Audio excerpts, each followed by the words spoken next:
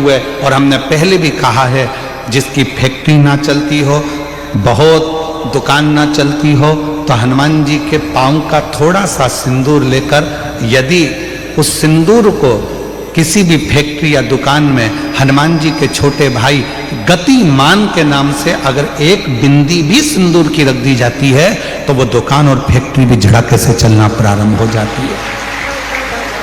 गतिमान हनुमान जी के छोटे भाई, एक हनुमान जी के छोटे भाई हैं मतिमान। जब व्यक्ति डिप्रेशन में जाता है, एकाग्र चित्त नहीं रह पाता है, पढ़ने बैठता है पर एकदम मन नहीं लग पाता है, तो मतिमान का स्मरण किया जाता है। हनुमान जी के तीसरे नंबर के भाई का मतिमान। और कहते हैं एक दुर्वा यदि मतिमान के नाम से शंकर भगवान की शिवलिंग पर चढ़ा दी जाए और उसी दुर्वा को वापिस लेकर आया जाए, अंधेरा होने से पहले, सूर्य अस्त होने के पहले, शाम के प्रदोष के पहले यदि उस दुर्वा को उस व्यक्ति को चबा चबा कर खिला दो, तो डिप्रेस हो रहा है, डिप्रेशन में है, चिंता में है, टेंशन में है और उसका विवेक काम नहीं कर रहा, बुद्धि स्थिर नहीं हो पा रही है या पढ़ने में मन नहीं लग पा रहा है, तो उसको आप एक दुर्वा मतिमान, हनुमान जी के तीसरे नंबर के भाई मतिमान के नाम से अगर खिला देते हैं, तो उसकी बुद्धि केंद्रित होना प्रारंभ हो जाती है और वो डिप्रेस से हटना प्रारंभ हो जाता है, मन स्थिर होने लगता है। मतिमान।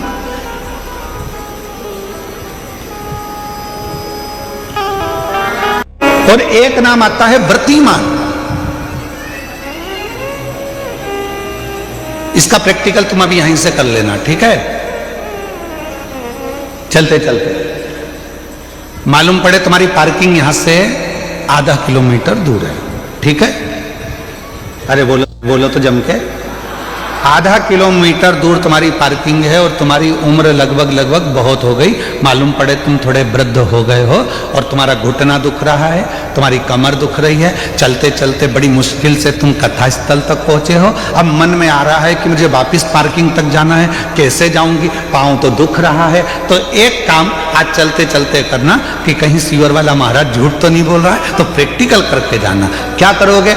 यहां से जाते समय आप जब जा रहे हो और आपके शरीर का कोई अंग जब दुख रहा है, तो श्री शिवाय नमस्तुभ्यम कहकर श्री व्रतिमान हनुमान का स्मरण कर। किसका स्मरण करना है? जम के बोलो, व्रतिमान हनुमान। व्रतिमान हनुमान का स्मरण करके कहीं पर भी बैठकर अपने पांव की छोटी वाली जो उंगली है उसको जम के दबाना और दबाने के बाद चल देना। जिस जगह पर भी दर्द हो रहा होगा, मेरा बाबा आपको मंजिल तक पहुंचाएगा, दर्द होने नहीं देगा। कल नहीं करना, प्रैक्टिकल आज ही करना। काल करे सो आज कर। आज करेंगे गुरुजी, 3 महीने में फर्क दिखेगा। तुम तो आज की आज का बताओ ना कि आज की आज में फल कैसे मिले। तो बिल्कुल जाते जाते व्रतिमान हनुमान भगवान श्री शिवाय नमस्तुभ्यम का स्मरण कर कर एक ऊर्जा के साथ, ताजगी के साथ चलते जाओ। शिव थोड़ा बहुत नहीं देते, मेरे भगवान देते हैं छप्पर फाड़ कर। एक बड़ा सुंदर प्रसंग आता है भगवान शंकर की परम भगत हनुमान जी महाराज की माता मां अंजना जी। शिव जी की परम भगत थी माता अंजना। संतान का सुख नहीं था माता अंजना के,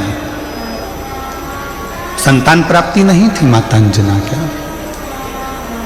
जब माता अंजना के यहां पर औलाद नहीं थी, संतान नहीं थी, तो बड़ी हताश रहती थी। राजा केसरी ने यज्ञ करवाया तो भी माता अंजना के घर में संतान नहीं हुई। बड़े बड़े अनुष्ठान करवाए राजा केसरी ने, फिर भी माता अंजना के गर्भ से औलाद नहीं हुई।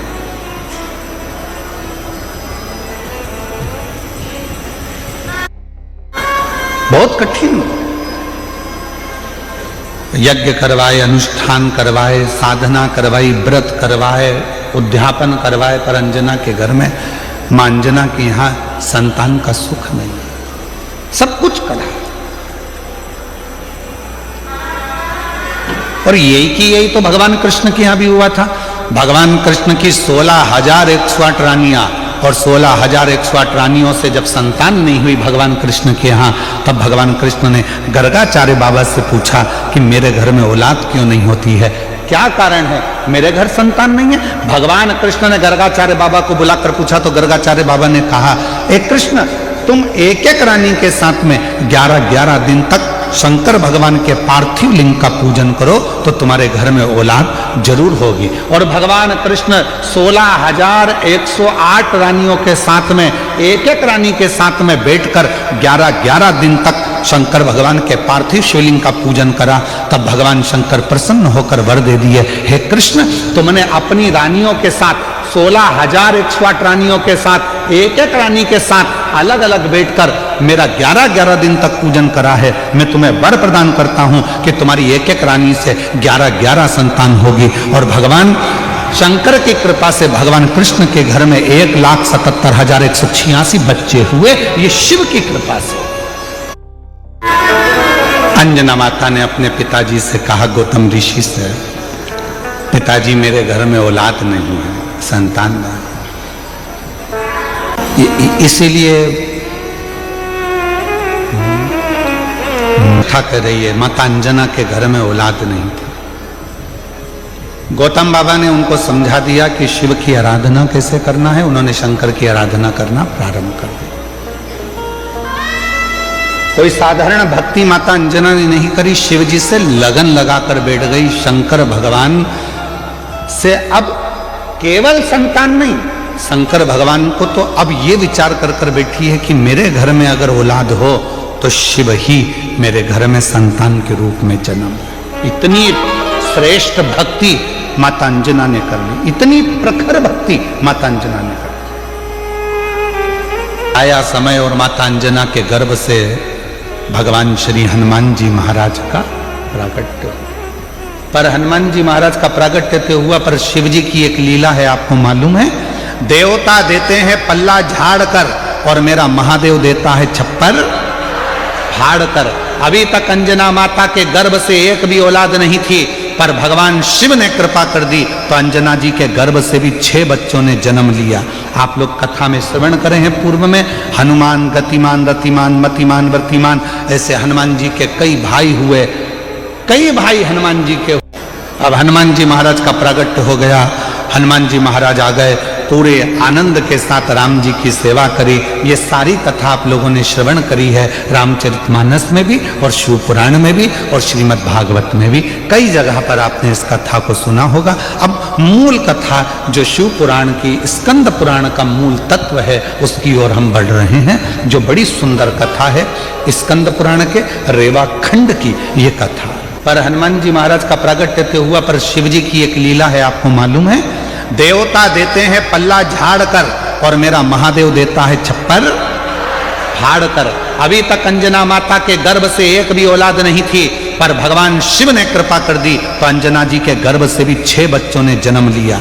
आप लोग कथा में श्रवण करे हैं पूर्व में, हनुमान गतिमान रतिमान मतिमान वर्तिमान, ऐसे हनुमान जी के कई भाई हुए, कई भाई हनुमान जी के हुए। और हमने पहले भी कहा है, जिसकी फैक्ट्री नाचा जी महाराज राम जी के साथ में लंका पर चढ़ाई कर दिए, विजय प्राप्त कर लिए, आ गए, पुष्पक विमान में बैठकर मां सीता को लेकर आ रहे थे। अब आइए मुख्य कथा, स्कंद पुराण शिव पुराण की वो कथा जो अपने अंदर अपने को उतार आ रहे हैं। राम जी बैठ गए पुष्पक विमान में, मां जानकी साथ में, विभीषण हनुमान सब साथ में चल दिए। बीच में स्थान आया, हनुमान जी ने कहा, प्रभु ये वो भूमि है जहां मेरी मां अंजना रहती है, जहां मेरी माता अंजना यहां रहती है, ये वो भूमि है। राम जी ने पुष्पक विमान को आदेश दिया, हे पुष्पक नीचे होइए, इस भूमि पर, अंजना माता की इस भूमि पर पुष्पक को रोका। हनुमान जी पुष्पक विमान से नीचे उतरे, हनुमान हमें तुम्हारी मां से मिलना है। जिस हनुमान ने लंका पर विजय प्राप्त करा दी, जिस हनुमान ने लक्ष्मण को संजीवनी बूटी ला कर दे दी, उस हनुमान जी की माता से मुझे मिलना है। हनुमान जी ने हाथ जोड़कर कहा, प्रभु माता से तो मिला दूंगा, मना नहीं है, पर मेरी माता सबसे ज्यादा यदि आराधना और साधना करती है तो शिव की करती है। राम जी ने जो शब्द कहा, प्रत्येक व्यक्ति के दिल में वो शब्द छूना चाहिए। मेरे भगवान राम बोले, हनुमान जब किसी शंकर के भक्त का दर्शन होता है, शंकर तो कभी नहीं मिलते, पर शंकर का यदि कोई सही भक्त मिल जाता है तो समझ लेना कि शंकर का दर्शन उसी क्षण हो गया, उसी क्षण।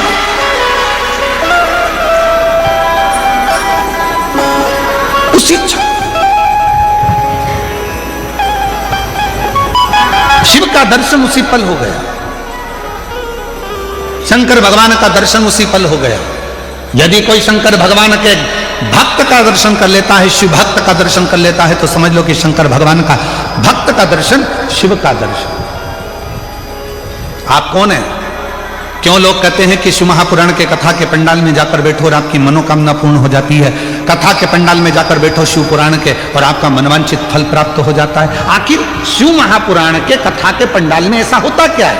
उसका एक कारण है, इतने सारे शिव भक्त जिनको किसी ने गाड़ी नहीं भेजी, जिनको किसी ने टिकट का पैसा नहीं दिया, जिनको किसी ने बहुत सारे अच्छी जगह नहीं दी गई कि तुम यहाँ आराम से बैठना, यहाँ आराम से खाना, आराम से रहना, ऐसा नहीं। शंकर का भक्त अपने झोले में 2 पानी की बोतल, एक बिछाने की दरी, एक ओढ़ने का कंबल और अपना खाने का सामान साथ लेकर आता है, छाता साथ में लाता है और जहां मौका मिल जाए वहां बैठकर कथा सुनता है। अर्थात बिना लोभ, बिना लालच, बिना किसी व्यापार या व्यवसाय के वो शिव को समर्पित होकर आया है, शंकर का होकर आया है। इसलिए ऐसे भक्त का जब दर्शन होता है तो हमारी मनोकामना अपने आप पूरी होना प्रारंभ हो जाती है। शिव के गण इतने प्रबल हैं, एक बार यदि जाग जाएं